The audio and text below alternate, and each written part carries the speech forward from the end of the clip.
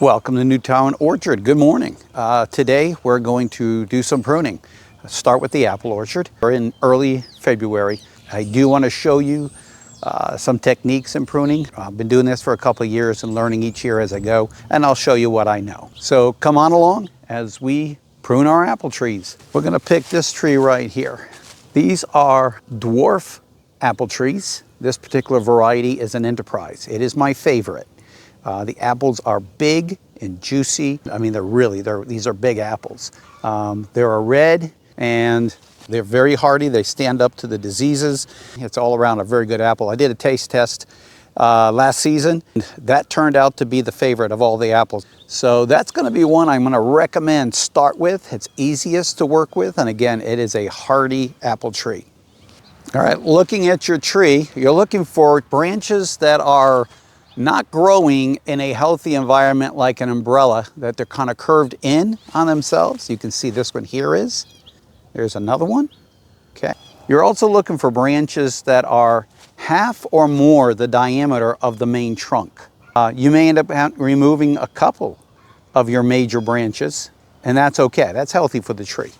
The next thing you're looking for are buds. There are two different types of buds on these apple trees. They're fruit buds and wood buds. Keep your tree thinking it's young. Remove as much wood buds as possible and focus on the fruit buds. And let me show you a difference. If you look here, and if you can see my finger, along the branch there are these small buds that are pretty flat up against the branch. They're not plump by any means. Those buds will produce only leaves and branches. We refer to those as wood buds. But if you come up here and you see at the tip of this is a bud that's plump. And that plump bud is going to produce about 5 flowers, so the opportunity for 5 fruits out of that one bud. That's what you want the majority of. And again, a lot of our pruning will be removing wood. We're in the market for fruit. We're not in the market for branches and leaves. The next thing you want to do is count your buds, count your fruit buds. Look at the branches you're going to leave and get an idea of how many fruit buds there are, therefore how many fruit this tree could potentially grow. If you have too much fruit, then it can produce smaller fruit, but next year it could actually not produce any fruit at all. So you don't want to overburden the tree this year on fruit production. So count, you're looking for roughly about 100. I say 100 buds. Some people say 100 fruit. Your call, but I'm going to go with 100 buds. That potentially can grow 500 fruit. My experience is it won't be that many. It'll be probably half that. And then I'll go back and do a pruning. There's a summer pruning that takes place. That'll reduce that number even more as I look at which ones are coming in healthier than others. But again, you're looking to leave yourself a good 100 fruit buds. And again, some people are going to argue with me and say that's too much. So far, that's worked for me. My trees have produced very well, keeping it at that number. So again, we'll do that again this year. Another thing I find as I'm coming through my apple trees is there is still some leftover crop from last year.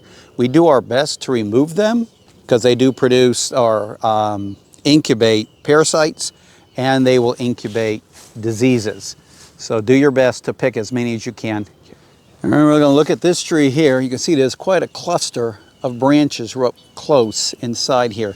Most of those are going to go. If you'll look, they're all wood until you get to the tips. The tips have the juicy, fat plump that'll produce fruit. But again, I need to get rid of these to start with, clean up the tree. All right, and then you just get in there nice and close. Clip them out of there. I am going to recommend keep an eye on where your sticks fall. Leaving apple tree sticks on the ground, again, will promote diseases, which will affect the rest of your tree. Not a good thing. So you're going to pick them up and don't compost them. Get them off your property or burn them.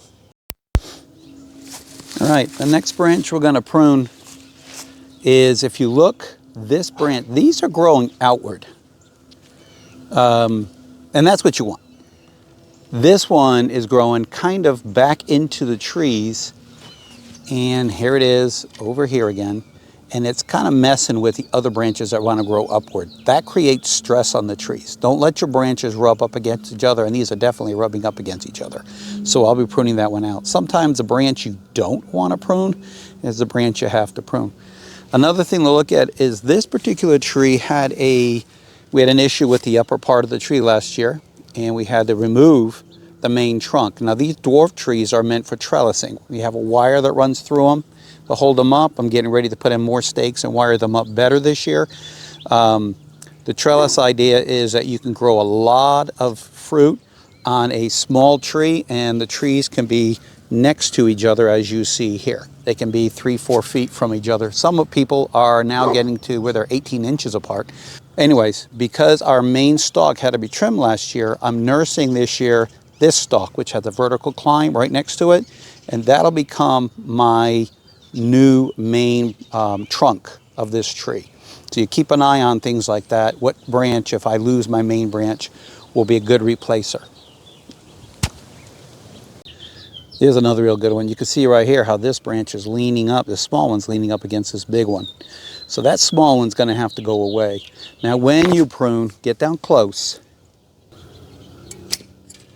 All right, and move it out of there. When you remove these bigger branches, you want to stay 2 inches away from the trunk. Cut it on an angle downward. So there's a wedge shape on that. It promotes growth from here, because I don't want to stop growth from this area. I want growth to continue. So cut down on a wedge, cut down. That'll shed the water off of it so it doesn't sit on the cut part. Gives you 2 inches in which will grow back. I just need it to grow a new branch so we can start over again. Okay, this branch here comes out, has some shoots, some branches that grow up from it, and then it curves down.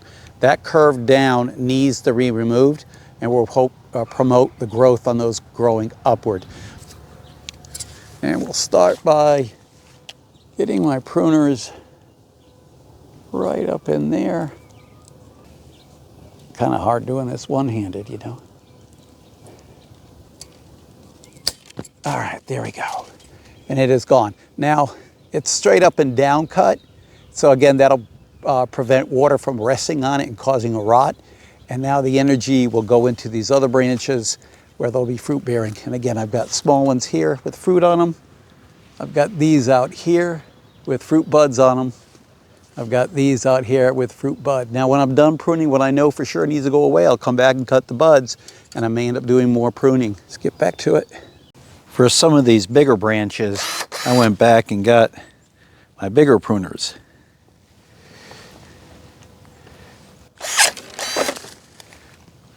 All right, now another recommendation for you, if you are a smoker, apple wood is an excellent wood for smoking fish, chicken, just about anything. So save your bigger branches, or if you're not a smoker, you probably could actually sell these online. So anyways, don't throw them away. I want to show you guys something. Last year I did an experiment. I pruned all my trees the way I normally prune them, but I did a heavy pruning on one particular tree. The more you prune, the younger the tree thinks it is, which is one of the purpose of pruning, because older trees, again, want to produce wood. Younger trees want to produce fruit. So you prune off a lot of the branches, it thinks it's young and it wants to produce fruit. That being said, you get concerned when people try to prune their trees. They're worried about how much they're butchering their trees. Let me show you what I did to this tree last year, my experiment. Let me show you what I did to it last year, and take a look at the results. Okay, so this is a regular or normally pruned tree. This is what they would look like when I'm done pruning them. Not a lot of branches compared to what it was. Probably could do some more pruning on it. I'm not going to do any more for this year. But look at this one that I pruned last year. No, not last year in the spring, last summer. I do a summer pruning. I did a heavy pruning on this tree. So look how small the branches are on the main stalk. But look at this. Every one of these branches are just filled with fruit. Look at them all. All of these are fruit. All those sticking out are fruit. all the way up to the top. So I think this summer I'm going to do another heavy pruning, and on more trees. I'm not going to do them all, but yeah, heavy pruning seems to work. And you would think, okay, I killed that tree. Nope, it's doing beautiful. So we'll see when it produces fruit what they look like. Okay, that's it for pruning my apple trees today. Primarily, if the apple trees need to be pruned. Probably not the first few years, but after that, when they get larger, you need to start pruning them back so they'll start producing fruit for you. It's also healthier for them, and it keeps good airflow and sunlight coming through, helps to prevent getting any kind of funguses or rot.